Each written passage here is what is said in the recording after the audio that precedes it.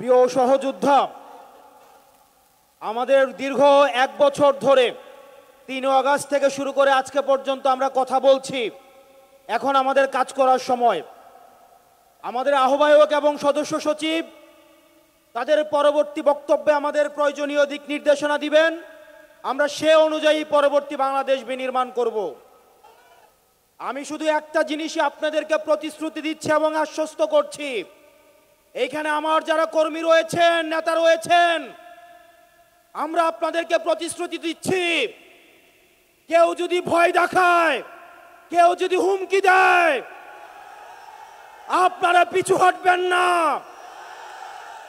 আমরা জানি এলাকায় এলাকায় আপনাদেরকে বাধা দেওয়া হচ্ছে, এনসিপির কর্মীদেরকে বাধা দেওয়া হচ্ছে।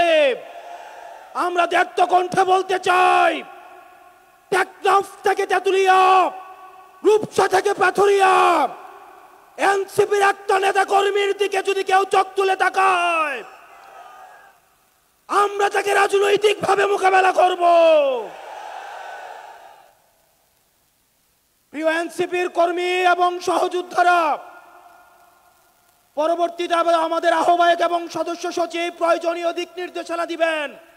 আমাদের যদি জীবনও চলে যায়, আমরা তাদের দিক নির্দেশনা বাস্তবায়ন করব।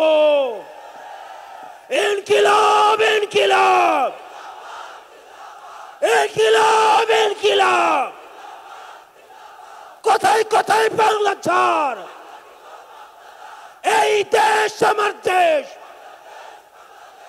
এই দেশ আমার দেশ।